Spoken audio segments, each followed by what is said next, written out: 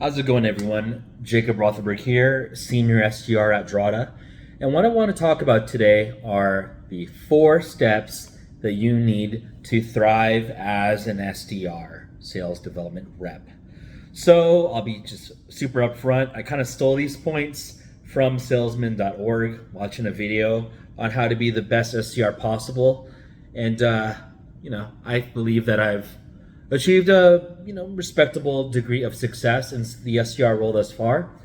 That being said, as you continue to evolve the game, so to speak, when you're already successful, you always want to seek coaching and what you can do better to further your success in the role. So I'll just talk about these 4 points that I believe will help someone who is either looking to get started as an SDR, and particularly SaaS sales, or someone that is already an SDR who wants to just crush it and be a eternal legend, so to speak, in their organization, like me. So I would say number 1 is to choose your company wisely.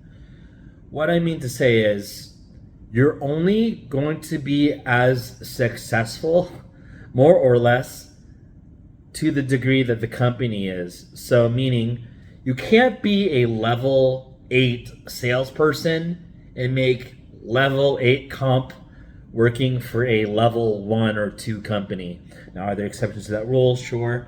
But what I mean to say is, if you want to not only make money, but also have a rewarding career in the company that you're working for, there's going to be a good correlation, a strong correlation, that opportunity for advancement, the pay that you're looking for, is going to be more aligned with a company that's actively growing, hiring aggressively, has raised at least, hopefully, a Series A round, maybe even, Series B. You want to be looking for companies that are on the trajectory to continue to scale and grow. So I myself have been a part of some organizations that I actually dearly loved, and I cherish some of the experience that I've had in my 20s. But because they were so late stage, they were just in the game for over 50 years, that when your CEO, and I'm not talking shade at all, but when your CEO is already in their 80s, they're not going to have the energy to continue to just push hard and scale and go aggressive with growth. They're tired. They're looking to just kind of get the wheels in motion and hopefully sell off, which is what ended up happening. So look for a company, an organization that's ambitious with growing, and you want to be a part of that growth, because you will grow too with your career and that company. So be sure to find something that's going to be ambitious. Second, and this is something that I'm notorious for, and I think it's very beneficial for the SDR role, is learn how to earn attention, both internally with your organization and also externally with your prospects. So something that I think that I'm proficient at is being able to be very attention getting. And I don't mean that like, oh, I'm a peacock, I'm just gonna flash my feathers or anything like that. But you gotta be able to at least have your organization know you exist and like be familiar with your personal brand. So now if you're gonna be David SDR, like, okay, who is David? Oh, David's actually this super ambitious SDR. He's relatively new to the organization, but he's out there hustling it, working hard, and really wanting to be a top performer eventually. So even if you're not that top performer yet, at least make it know, like, hey, this guy or girl is working their butt off. They're really serious about their career here. And not only does the sales development department know about that, but so do the AEs. So does the VP of sales. Like, everyone's aware of who this person is. They're out for blood, And that's a good way to build your personal brand. And you want to be able to earn attention uh, in your organization, just because, hey, this person's hot and this person's gonna need what it takes to facilitate their goals, and you never know how that'll work out. So make sure you, as far as office politics go, make sure that you're at least known and that your ambitions to kill it in sales are known as well. It's always a good look. Likewise, externally, I believe that the SDR role is mainly about getting attention, delivering a good value prop, and holding good conversations that can inevitably lead to booking meetings with your organization. So I think the number one way to get attention globally, and I know this sounds super simple, but it's really the truth. If you're only reaching out to 10 prospects a month globally, how are you going to get the attention of the world that your organization exists and that Mr. Miss or Mrs. Prospect should assess your solution? That's not going to cut it. In order to get attention, you've got to put out the word. You've got to be the messenger and blast that out. I'm not saying shotgun everything and just blindly mass sequence everything, but to an extent, yes, the SDR role is a numbers game, and you want to make sure you have strong KPIs in place to make sure you're getting enough attention of the world so that a percentage will open the email, reply back, you can have that conversation, and hopefully be able to facilitate a meeting. So yes, number one is making sure you have the KPIs needed. Number two, I would say be able to cultivate good messaging so that you're able to deliver something of value to a prospect that gets their attention. Number three, I would say, is you got to use multi-channel outreach. So if I can't get your attention with email, I'm going to pick up the phone and try to get your attention on your phone. If I can't do that, I'll find you on LinkedIn. If I can't do that, I'll find you on Twitter, which I've done. If I can't do that, well, shit, what else do I have at my disposal? If I really, really, really want to get in front of you, I'll find a way. Even if it's through your coworkers, through your company's investors, whatever it takes. If I really wanted to get a hold of someone, I could do it. And I think that plays very well with the SDR role, whether you're just wanting to point at a target and be able to at least get a conversation going, or if you decide to eventually work the mid-market or enterprise space, it's a very strong asset to be a little bit strategic with how can I get this person's attention, be able to craft a message that'll be resonant with that prospect, book that meeting. Likewise, with all of this, I can see just what I've read on Reddit, LinkedIn, and other places. A lot of people view the SDR role as a means to an end. What am I talking about here? I just see this whole perception, this misperception actually, that this SDR role is just like paying your dues, doing this grunt work to eventually get the AE title, which is what everyone genuinely wants. And I say this is a misperception because, number one, and I know this empirically from my own experience and from other colleagues, even across different orgs, not every single SDR wants to be an AE necessarily. From an SDR role, you can branch out to account management.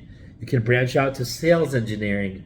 If you wanted to, you could go into marketing, customer success. There's a lot of different avenues you can go with the SDR role. Likewise, you can stay in sales development. You could be a team lead. You can be a manager.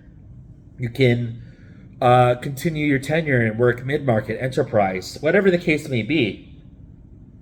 I think that if you work for the right organization, the SDR role doesn't have to be this kind of boiler room, crappy role that I can't even fathom, because I think being an SDR at Drata is one of the best opportunities that the world has to offer, and I really believe that. So if you want the SDR role to be something that you'll endure, you gotta at least enjoy it to some degree. I'm not saying that you're going to be like making it your life's mission necessarily, but it's not meant to be a temporary role. Like even if you're an AE, okay, you're gonna get more meetings if you prospect yourself, if you self-source your own leads along with whatever you're getting from marketing. You're gonna have more meetings. By virtue of having more meetings per month, you're gonna hopefully get more contracts signed. More contracts signed, you're gonna overachieve on quota compared to your peers. So it's not a temporary role in that regard. And if you work for the right organization, if you really like sales development, you don't need to leave. So something that you want to consider is like really maximize your time as an SDR. Like learn the fundamentals. I would even say go as far to say master the fundamentals of what it takes to be a good SDR. And once you have that in place, when you're ready, then move on to your next role. Think, okay, how is what I learned as an SDR going to be applicable for my next role? And how can I leverage that to kick everyone's ass? So that's really the goal, right? Long term is to kick everyone's ass in sales. And I think that the SDR role has invaluable skill sets and lessons tied to that can make you a cold-hearted assassin. Lastly, and this is true of any industry that you're in, and especially in cybersecurity, which is where I'm at, is you want to really learn about your buyer. That entails a whole layer of things that we can inundate, but really, who is your buyer? What roles will your buyer or decision maker be associated with? So in cybersecurity, there's a few job titles associated with that. This is not going to be exclusive, but usually there's CTO, engineering, VP of engineering, engineering manager, even CEOs, even product managers. There's compliance personnel, security personnel. There's a whole slew of job titles, but you want to at least be familiar with the roles associated with your buyers. Likewise, what are your buyers' initiatives? What are their day-to-day roles and responsibilities? What challenges do they face? And how does your solution align with solving those challenges, I would say. Likewise, and this is going even a level deeper, you want to be able to understand the psychology of your buyer even to a personal level. And yes, we are making generalizations here, and there's always going to be exceptions to a persona. But what I've seen, especially in cybersecurity, to an extent, you can make generalizations about the personas of your buyers. So in cybersecurity, with actual cybersecurity people, not cybersecurity salespeople, cybersecurity GRC personnel, they don't tend to be salesy. They're not super high energy. They're more chill, laid back. They're very logical, very smart, very sophisticated. And so sometimes, and what I've seen as well with AEs who perform at the top level with their quota and metrics, it's not always going to be that go-getter, high energy AE that's absolute killer going blah, blah, blah, blah, blah, blah, blah, blah, blah, on the demos that are going to close the most deals or close the most ACV. Rather, it's someone who understands the product, understands the buyer's persona, their challenges, their day-to-day, and how that product is going to provide enough value to justify a contract signed and deliver value to the business.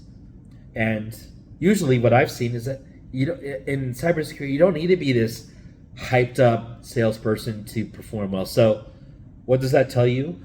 To an extent, mirroring your buyer's energy level and psychology can correlate to better conversion rates, better success in either setting meetings, facilitating a good demo, signing a contract, earning that trust, that report.